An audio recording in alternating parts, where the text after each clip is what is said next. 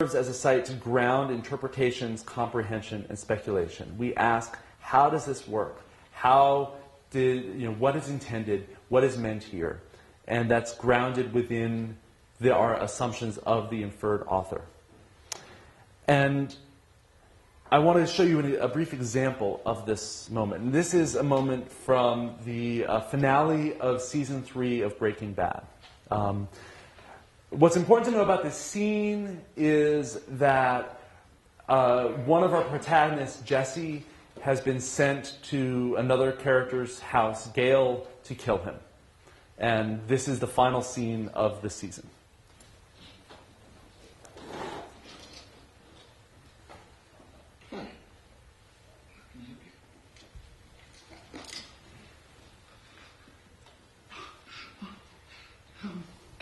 Take whatever you want. I have money. I have a lot of money.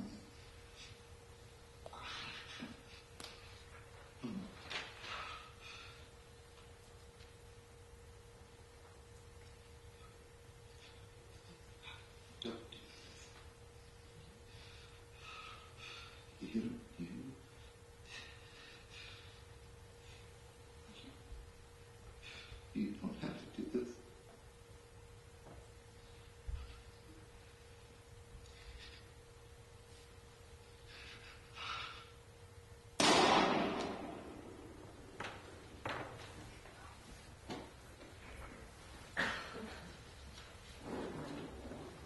And again, leaving the authorial stamp right here to remind us who did this. Vince Gilligan did this.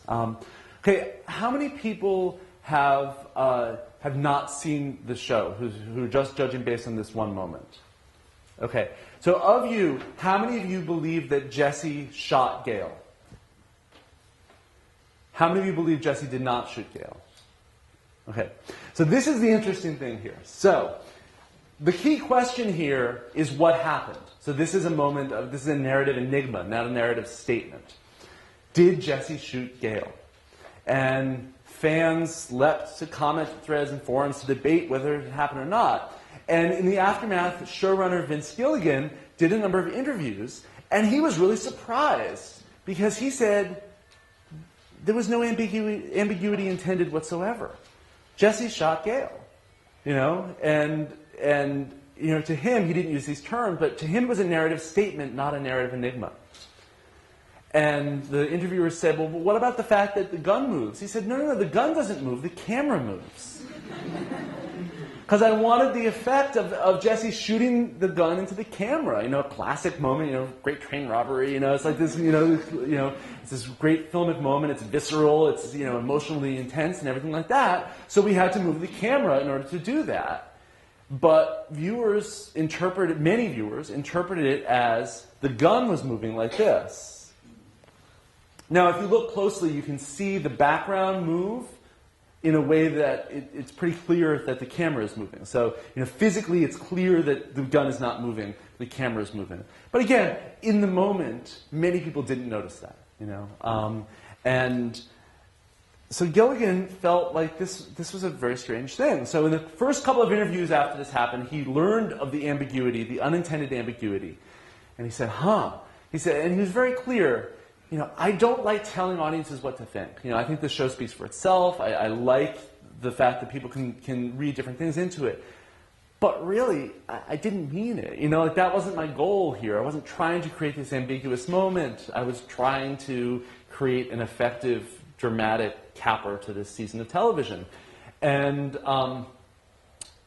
then in subsequent interviews, a couple days later, he said, I've been thinking about this, and it may provide an opportunity to us. We have a gap.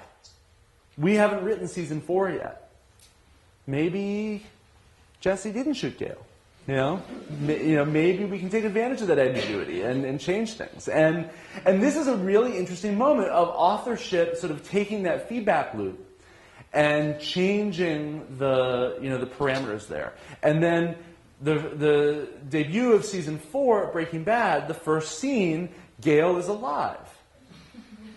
And that is a clear moment of, Gilligan acknowledging that fans are thinking that Gale might be alive in a way that arguably he didn't intend to have happen. It then becomes clear that that is a flashback to, that it opens with a flashback, and that Gale, the scene that we see Gale alive, was not actually Gale being alive, and then we cut to present day story time, and Gale is dead, lying in his apartment.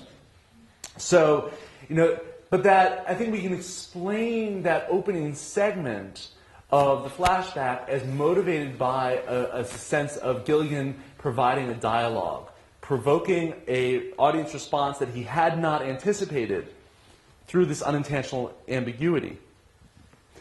Now, I think we could follow Bordwell's model of anti-anthropomorphic approach and regard it as the series playing with audience expectations. But I think the prevalence of the showrunner's voice and the fact that if you're reading these interviews and criticisms, you see Gilligan first say there's no ambiguity and say, well, maybe there's ambiguity, And knowing that is very much tied into our imagining of what Gilligan is thinking and what he's aiming for. And again, it's not the real Gilligan, but rather our hypothetical inference of Gilligan, embodying the entire collaborative team in the mind of viewers, because the actual story ideas came from the writer's room, not just individual Gilligan. And he said afterwards, in the podcast following this episode, he said, we spent a lot of time debating in the writer's room, should we let Gale live or not, and sort of what are the implications of both. And then eventually they decided for narrative purposes, for Jesse, who's really the main character, or one of the two main characters, it was more important that he kill Gale, even though it would be interesting to see what would happen if he didn't. Okay, so this returns to our opening case study of Trust Joss. Where is that? Sorry, hold on. Trust Joss. Now, in this phrase, Joss was not the biographical creator of Buffy, nor the industrial discourses that constructed his public persona, but the inferred author function, constructed by viewers out of their textual and paratextual consumption. For viewers invested in Buffy's ongoing storytelling, they confronted their doubts about this new narrative development by looking toward authorial and the authoritative figure that had served them well for the first 4 seasons, imbuing the show's creator with knowledge and power that they trusted would provide ultimate answers. Now, this call to trust in Joss despite lagging faith is a religious move, and this ties back to what we talked about earlier, invoking the author as calling out to a higher power, a supreme creator who must have a greater plan that will be revealed to us mere mortals in due time. And there's a lot of sort of religious or mythological rhetoric surrounding this. I mean, the sort of long backstory arc is often called a mythology. Things that are included as true parts of the story world are called canon. There's oftentimes a lot of fans refer to the show's producers as the powers that be. A show has a Bible, which is sort of the sort of authoritative document that explains everything about the story. So I think that a religious mindset is important here. Now, I'm not suggesting that serial television is only for religious people. I don't think that's true at all. But I think, to me, it seems clear that for ongoing serial story worlds, many viewers want to imagine a creator with full knowledge and mastery guiding the outcomes. And in moments of doubt or confusion, they put their trust and faith in this higher power. And they want to be guided. They want to be controlled. And yesterday someone asked about interactive storytelling, and I think that this is the case where people don't want interactive storytelling. They want the author to tell the story that they love. The imagined author serves this role, and our faith in the author's ability to shape a well-told story carries us through these serialized gaps, providing ongoing assurances that somebody is actually in control. Thank you.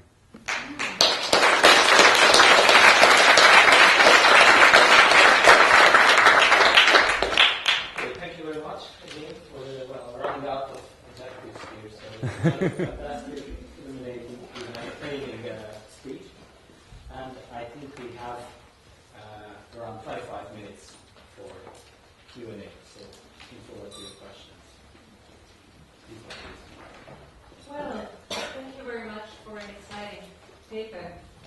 which gave me a very uncanny feeling, I must confess to you, because I'm in the last stages of completing a book on, in fact, these subjects, but on literature. Okay. It's about the author's ethos and how it functions exactly in the way we sketch. Great.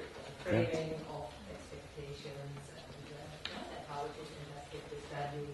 So I was very excited, and will be sure to dive into your work on this subject. I was wondering what you would think about one of the cases I'm discussing, which is Dave Eggers, and how he fashions his image and uses this, in fact, to program ambiguity in the framing, in the generic framing also of his heartbreaking work of Stacking Genius. Yes. If you see what I mean. Yeah. My idea, as I developed it, was that in fact there is this loop in the history of media, art media, which you allude to, that we have this practice of what the French call the feuilleton, that in newspapers you have these serials, and then it is now something that in literature happens, but not so much in high literature.